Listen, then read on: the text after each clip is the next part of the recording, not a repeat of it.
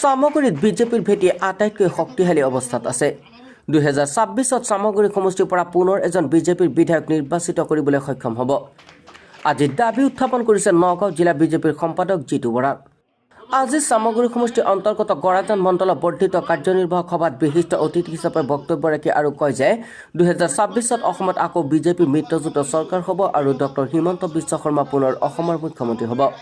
চামগুৰি সমষ্টিৰ গৰাজান মণ্ডলৰ সভাপতি বিপ্লৱ তৰফদাৰৰ পৌৰহিত্যত লাওগাঁও হাইস্কুল প্ৰেক্ষাগৃহত অনুষ্ঠিত হোৱা সভাত চামগুৰি সমষ্টিৰ শাসকীয় দলৰ সকলো ভাতৃ ভগ্নীয় সংগঠনৰ শীৰ্ষ পৰ্যায়ৰ নেতৃস্থানীয় মুৰব্বীসকল উপস্থিত থাকে। তাৎপৰ্যপূৰ্ণভাৱে আজিৰ সভাত কেইবাজনো বক্তাই বক্তব্য দাঙি ধৰিছে আৰু 2026ৰ নিৰ্বাচনত কোনো কাৰণতে যাতে চামগুৰি সমষ্টিৰ মিত্ৰ দলক এৰি দিয়া নহয় তাৰ বাবে সজোৰে দাবী উত্থাপন কৰা দেখা গৈছে। অসম প্ৰদেশ ভাৰতীয় জনতা পাৰ্টীৰ নিৰ্দেশক্ৰমে নগাঁও জিলা ভাৰতীয় জনতা পাৰ্টীৰ বৰ্ধিত কাৰ্যনিৰ্বাহক সভাখন অনুষ্ঠিত হৈছিল আৰু তাতে সিদ্ধান্ত লোৱা হৈছিল যে প্ৰতিটো মণ্ডলতে আমি বৰ্ধিত কাৰ্যনিৰ্বাহক সভা অনুষ্ঠিত কৰিম। সেই নিৰ্দেশনাৰ ভিত্তিতে আজি চামগুৰি সমষ্টিৰ অন্তৰ্গত গৰাজান মণ্ডলত বৰ্ধিত কাৰ্যনিৰ্বাহক সভাখন অনুষ্ঠিত হ'ল। মণ্ডল বিষয়ববীয়াসকল, বিভিন্ন মৰ্চাৰ সভাপতি, সাধাৰণ সম্পাদককে প্ৰমুখ কৰি পঞ্চায়তৰ প্ৰতিনিধিসকল, গোটৰ সভাপতি, শক্তি কেন্দ্ৰৰ প্ৰমুখসকল গোটেইসকলৰ উপস্থিতিত এখন সফল কাৰ্যনিৰ্বাহক সভা অনুষ্ঠিত। আৰু আপোনালোকৰ যিটো গম পাইছোঁ আপোনালোকৰ এইবাৰ অগপ বিচাৰিছে, এই ক্ষেত্ৰত যদি আপোনালোকৰ বুজাবুজি হয় বা অগপ এৰি দিয়ে আপোনাৰ বিজেপিখিনি কি কয়? চাওক, আমাৰ অসম গণ পৰিষদ আৰু ভাৰতীয় জনতা পাৰ্টীৰ মিত্ৰজোঁটৰ চৰকাৰ চলি আছে। তেখেতসকলেও অধিকাৰ আছে টিকেট প্ৰাৰ্থিত্ব বিচৰাটো, আৰু আমাৰো আছে। আমাৰ যিখিনি মনৰ কথা সেইখিনি আমাৰ উৰ্ধতম কৰ্তৃপক্ষ ভাৰতীয় জনতা পাৰ্টীৰ মাননীয় ৰাজ্যিক সভাপতি দিলীপ শইকীয়া ডাঙৰীয়া, অসমৰ জনপ্ৰিয় মুখ্যমন্ত্ৰী হিমন্ত বিশ্ব শৰ্মা ডাঙৰীয়াক নগাঁও জিলা ভাৰতীয় জনতা পাৰ্টীৰ তৰফৰ পৰা আমি অনুৰোধ জনাম, মনৰ কথাখিনি ক'ম। আৰু সিদ্ধান্ত ভাৰতীয় জনতা পাৰ্টীৰ উৰ্ধতম কৰ্তৃপক্ষ মাননীয় মুখ্যমন্ত্ৰী হিমন্ত বিশ্ব শৰ্মা ডাঙৰীয়া আৰু দিলীপ শইকীয়া ডাঙৰীয়াৰ ওপৰত। আৰু আপোনালোক যথেষ্ট নগাঁও জিলাৰ চামগুৰি সমষ্টিত গাছ লেভেলত বিজেপি সামাজিক স্থিতি যথেষ্ট শক্তিশালী ওপৰত থৈ দিছে, এই ক্ষেত্ৰত কি ক'ব? বিগত বাই ইলেকশ্যনৰ পিছৰ পৰাই চামগুৰি সমষ্টিত আমাৰ ভাৰতীয় জনতা পাৰ্টীৰ সংগঠন অতি সুদৃঢ়, অতি শক্তিশালী হৈ পৰিছে।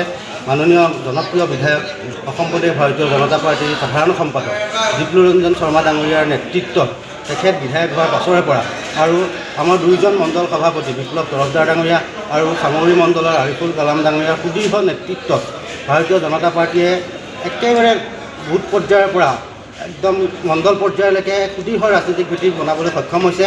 এই সুবাদতে মই দুই মণ্ডল সভাপতি প্ৰমুখে মণ্ডলৰ বিষয়ববীয়াসকলক ধন্যবাদ জনাইছোঁ। ধন্যবাদ। আজি সুন্দৰ 99% উপস্থিতি আজি আমাৰ বৰ্ধিত কাৰ্যনিৰ্বাহক সভা অনুষ্ঠিত হৈছিল। আমাৰ গোটৰ সভাপতিৰ পৰা আৰম্ভ কৰি শক্তি কেন্দ্ৰ প্ৰমুখ, মৰ্চাৰ সভাপতি সম্পাদকে আৰম্ভ কৰি মণ্ডল বিষয়ববীয়াসকল, সদস্যসকল, আমাৰ আৰ্টি চেলৰ কাৰ্যকৰ্তাসকল, ছ'চিয়েল মিডিয়াৰ কাৰ্যকৰ্তাসকলৰ উপস্থিতি আজি সুন্দৰকৈ আজি বৰ্ধিত কাৰ্যনিৰ্বাহক সভা অনুষ্ঠিত হৈ গ'ল। আৰু এখন আগতে যি আমাৰ নিৰ্বাচন আহিছে বিধানসভা নিৰ্বাচন, তাৰ আগত এখন শেষৰখন কাৰ্যনিৰ্বাহক সভা, এইখন আমাৰ শেষৰখন কাৰ্যনিৰ্বাহক সভা আৰু আমি প্ৰত্যেক কাৰ্যকৰ্তা একত্ৰিত হৈছোঁ আৰু শক্তিশালীভাৱে আমি চামগুৰি সমষ্টিৰ অন্তৰ্গত গৰাজান মণ্ডলৰ প্ৰত্যেক কাৰ্যকৰ্তাই আজি টঙালি বান্ধিছে। 26ৰ যিটো বিধানসভা নিৰ্বাচন আহি আছে, এই নিৰ্বাচনত আমি ভাৰতীয় জনতা পাৰ্টীৰ এজন বিধায়ক আমি জিকাই মুখ্যমন্ত্ৰী ডাঙৰীয়াক আমি উপহাৰ দিব বুলি আজি প্ৰত্যেক কাৰ্যকৰ্তাই আমি শপত লৈছোঁ। আৰু আপোনালোকৰ পঞ্চায়তকেইটা নিৰ্বাচনৰ সময়ত যদি মিটিঙত বিজেপি সভাত মানুহবিলাক যায়, কিন্তু সেই মুহূৰ্তত কিন্তু আপোনালোকৰ বিভিন্ন পঞ্চায়ত আপোনাৰ অন্তৰ্গত যিবিলাক পঞ্চায়ত কিন্তু ভোট লাষ্টত কংগ্ৰেছক মাৰে, সেনেকুৱা কি ক'ব? সেই পৰিৱেশটো এটা সময়ত আছিল, এটা সময়ত আছিল, যিটো সময়ত সংখ্যালঘু কংগ্ৰেছৰ প্ৰতাৰণা বুজি পোৱা নাছিল। আৰু আজি সংখ্যালঘু ৰাইজে কংগ্ৰেছৰ প্ৰতাৰণা বুজি পাইছে, বেকুবাউনা কংগ্ৰেছে বুজি পাই আজি স্বতঃস্ফূৰ্তভাৱে সংখ্যালঘু ৰাইজ আজি ভাৰতীয় জনতা পাৰ্টীৰ পক্ষত ওলাই আহিছে। আমাৰ চামগুৰি সমষ্টিৰ জনপ্ৰিয় বিধায়ক দিপ্লুৰঞ্জন শৰ্মা ডাঙৰীয়াৰ প্ৰচেষ্টাত, দিপ্লুৰঞ্জন শৰ্মা ডাঙৰীয়াৰ নেতৃত্বত যি বিকাশ আজি চামগুৰিয়ে দেখিবলৈ পাইছে বিগত দিনত, কিন্তু চামগুৰি সমষ্টিয়ে এনেকুৱা বিকাশ বা ডেভেলপমেণ্ট দেখিবলৈ পোৱা নাছিল।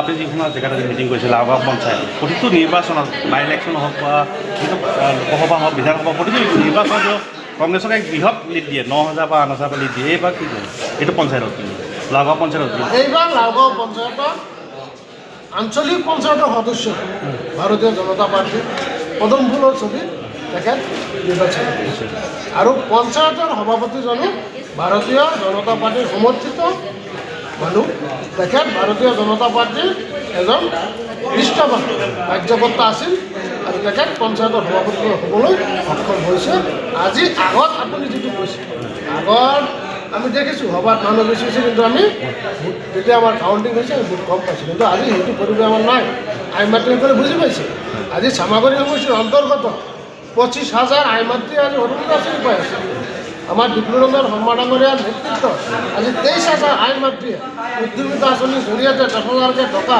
আজি গোটৰ জৰিয়তে পাবলৈ আজি সক্ষম হৈছে বিভিন্ন ধৰণৰ যি অভিনয় আঁচনি আজি আইয়ে ঘৰৰ কথাই কওক কংগ্ৰেছৰ দিনত এটা আইয়ে ঘৰ ল'বলৈ হ'লে 10,000 পৰা 15,000 টকা দিবলৈ সক্ষম হ'ব লগা হৈছে বা দিব লগা হৈছে কিন্তু আজি আমাৰ নৰেন্দ্ৰ মোদী ডাঙৰীয়াৰ নেতৃত্বত আজি PMY ঘৰ আজি 10 টকা নিদিয়াকৈ আজি সংখ্যালঘু ৰাইজে পাই আছে যি পৰিৱৰ্তন আজি দেখিছে সেইকাৰণে আজি স্বতঃস্ফূৰ্তভাৱে ৰাইজ ওলাই আহিছে আৰু ভাৰতীয় জনতা পাৰ্টীৰ চামাগুৰি সমষ্টিত অহা নিৰ্বাচনত বিজয় হ'ব বুলি আমি 100% আমি ধন্যবাদ নগৰৰ পৰা প্ৰাঞ্জল নাথৰ ৰিপৰ্ট।